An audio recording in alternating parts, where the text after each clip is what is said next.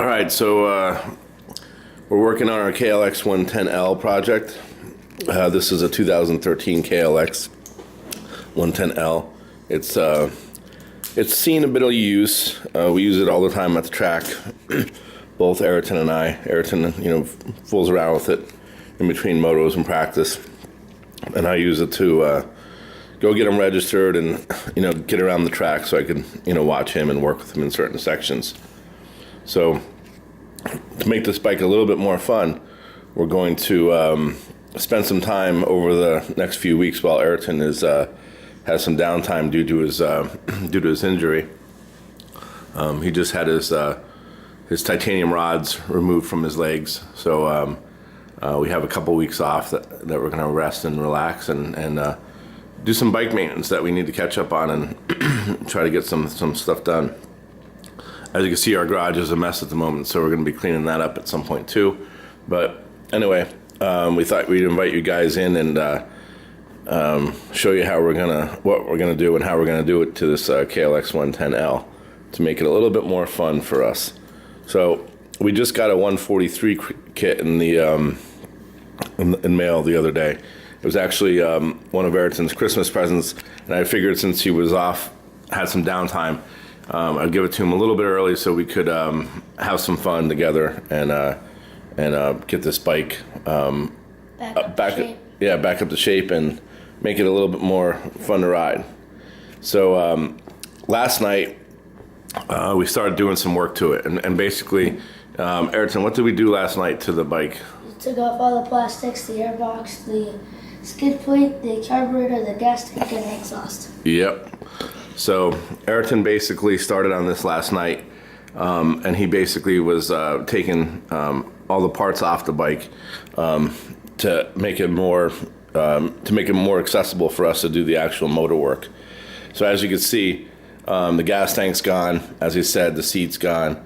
We took off the side plastics. We took off the airbox, and we took off the carburetor and the exhaust. That stuff that's all easily removed. Most of the bolts are 8 millimeters that hold those parts on, and we took off the coil too, where this mounts. We left the wires on, but we just set this up here just to get it out of the way because it is mounted here. And we also took off the choke, which is connected to the carb. That mounts right here, and this ground wire also was underneath that. So I don't think with the new carburetor that we got with the kit that we're going to have the choke there. So we're going to have to remember to mount that ground wire back to that location. But in a couple minutes here, once we get our tools squared away, we're going to start to dismantle the head and also the side cover, because we're going to want to check our timing and our top dead center marks so that we could make sure we understand how the cam timing and the chain all work together. So we're gonna set the camera down here for a few minutes, and we're gonna get started on pulling those covers off so we can see what we have. Wait, you know where the bolt thing is? Mm-hmm. Where keep all the bolts off? Okay. Yep, put all the bolts in here.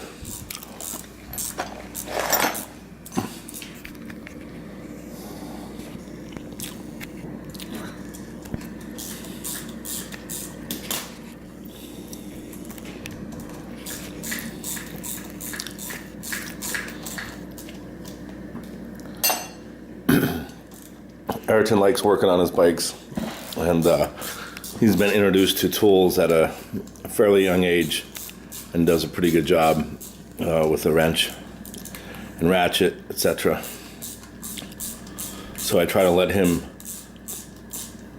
work on stuff as much as possible so he can get used to working on the bikes and understand at an early age how they work. I think it helps. With the overall understanding of riding a motorcycle and how a motorcycle works, and I think in the end that actually helps him ride it better because he understands fundamentals of the mechanics and everything. So he enjoys working on his bikes, on his bicycles and go-karts and everything else that we we have accumulated over the past few years.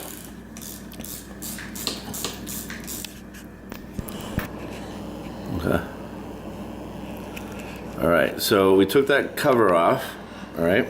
Yeah. And we can see that there's some kind of mechanism in there. That may be the decompression mechanism. I'm not 100% sure yet.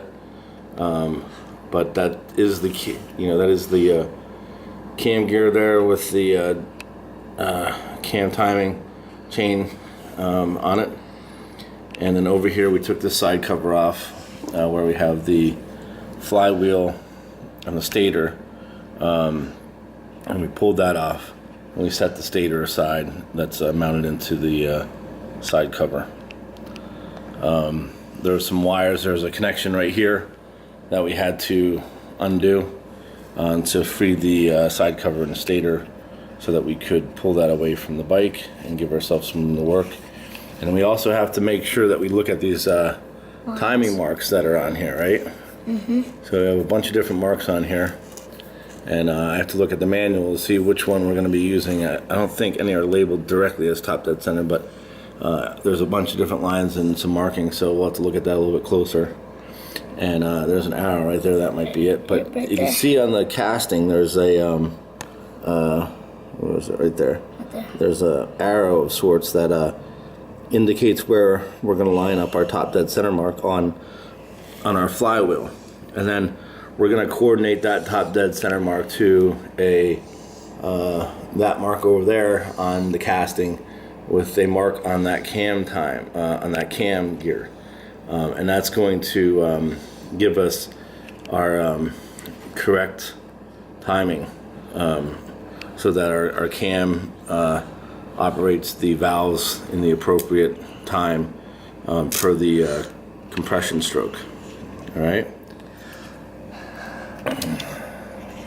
So we're going to pull this mechanism off right here with those two Allen head bolts, and Ayrton's going to do that right now.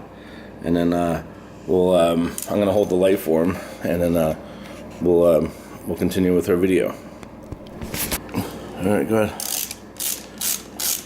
So Ayrton's removing those Allen bolts. We had to use a 17 millimeter socket to hold the drive line in place while he broke loose those two bolts that hold this assembly on up here. So I'm gonna get the camera out of his way a little bit here and let him focus on getting those out.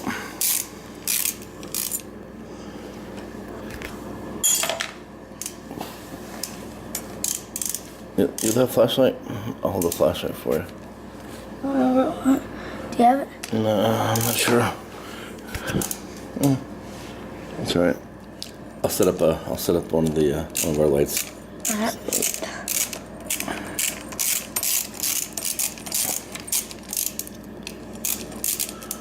All right. I think you can do the rest by hand there. We want to make sure we don't drop any of those pieces.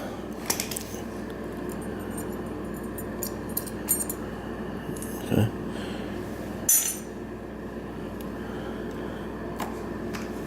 That stays in there. Yep. Now you can pull that out, I think. You should be able to pull that out. In the light. All right, well, let me help Ayrton here, and I'm going to set down the camera for a minute, and then we'll take this part off and see what we have here. All right, so we see the mark. We took that assembly off. Ayrton took the assembly off, and you can see that there's a mark on that cam gear right there, and you can see that casting arrow built in there. And if you line those two up, what we found is there actually is a mark that has a T on it for top dead center right there. You can see the T next to the line. Yep. And that actually, we verified that actually lines up with that casting mark there. So we do have our defined top dead center mark. And I apologize before, because at first I didn't see any markings that had a T or a TD next to them, or TDC. But now I see it. There is a defined line with a letter T next to it. I'm not sure if the video footage is getting that good, but anyway, we do have our marks there as well. You can see the line again. So that right there is our indicator, and we're going to have to follow that indicator and make sure that we go back to that same setting when we put our big bore kit on with the new cylinder, piston, and the big bore kit we got the big bore kit from TB Parts, I think it is, and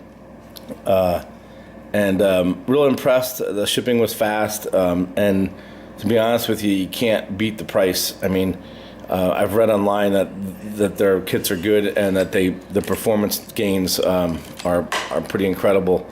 And it was $319, and I think we got a deal on shipping. They had some kind of special going on for shipping for the holiday, and it's a for that kind of price, that includes the carburetor, 26 millimeter Mikuni carburetor, the cylinder, the piston, the gaskets, an intake and an air filter, and everything else, a throttle cable, and some of the other things that are needed for the kit. So it's a complete kit. It's a nice kit. Shipping was fast, like I said. It looks to be quality parts. The only thing we may swap out is the air filter. I think we're going to do the BBR U filter that comes around just to protect the filter from the environment, instead of having the filter straight up front. But we'll get to that later in the project. Right now, we just need to continue on with the disassembly of the motor. And Ayrton's looking for some more bolts to wrench on here, so we're going to get him moving. I'll set down the camera and we'll get back to work here. Okay, so in this section, I'm actually doing a voiceover. And the reason why I'm doing a voiceover is because while I was doing the editing, I could not stand to listen to myself ramble on about this cam chain tensioner. So I wanted to do a voiceover and make sure that I was, much more clear as to how the mechanism works and how it's removed and installed. That being said, as you can see, I'm holding it in my hand in the video footage.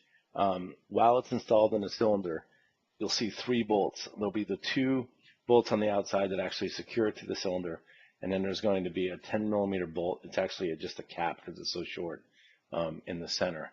You're going to want to remove that cap first, and using a small flathead screwdriver like you see in the video, place it in the hole and turn it clockwise. When you turn it clockwise, it's actually going to pull up the plunger, just like in the video. It's going to pull the plunger up, and if you turn it far enough, it's going to lock into place. And that's the position that you're going to want the cam chain tensioner to be in while you remove it. So once you lock it into place, you could then you then remove the 2 other bolts that secure it in the cylinder. And it might take a little bit of, you might have to hold the screwdriver there with one finger, one hand while you're doing it, while you're removing the other 2 bolts with the other hand, or something like that. It takes a little bit of coordination, but it's fairly straightforward. Just make sure that plunger's up by using the screwdriver, and turning it and locking it in the clockwise position. And again, when you're installing it back into the cylinder, the new cylinder, you're going to want to make sure that it's locked in the upward position again. You can then slide it down into the hole, secure it with the 2 outside bolts, and then once it's secured, you can then take your flathead screwdriver, place it in the hole, and turn it counterclockwise like 1/8 of an inch. And that's going to release the spring and push the plunger back down onto the cam chain tensioner guides. The way the mechanism works is when it's released, it'll push out, but it'll lock and it won't come back up. And that's how it keeps the cam chain tight. So anyway, as you can see in the video right there, it's in the upwards lock position. It'll stay that way as long as that as long as it's not that screw in the middle isn't turned. Anyway, that's going to conclude part 1 of our KLX110 143 big bore kit. We appreciate everybody watching. We hope the video was informative. We've never worked on a KLX110 motor before. We work on lots of bikes, all of Ayrton's race bikes and other things, but we've never had a KLX110L apart before, so we're basically doing this video as a informative video to help others who are doing it for the first time, and we hope that this video will be helpful for those who are either in the middle of doing the same project or in the process of planning to do, the 143 or any other big bore, KLX project. So again, thanks for watching. We're going to be posting part 2 and part 3 very soon.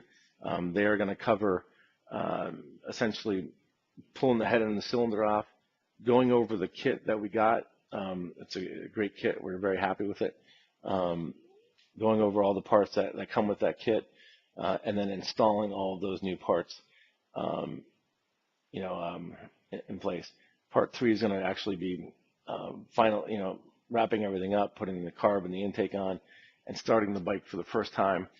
And then if the weather permits, we'll actually be riding it. So hope you guys could come join us, and thanks again.